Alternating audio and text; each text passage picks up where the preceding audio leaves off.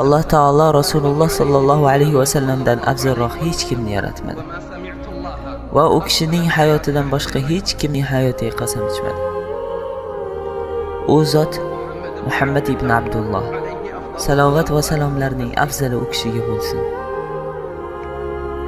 U zot odam bolasining sayyidi va eng birinchi shafaat qiluvchi va qiyomat kuni maqtov bayrog'i u kishining qo'llarida bo'ladi.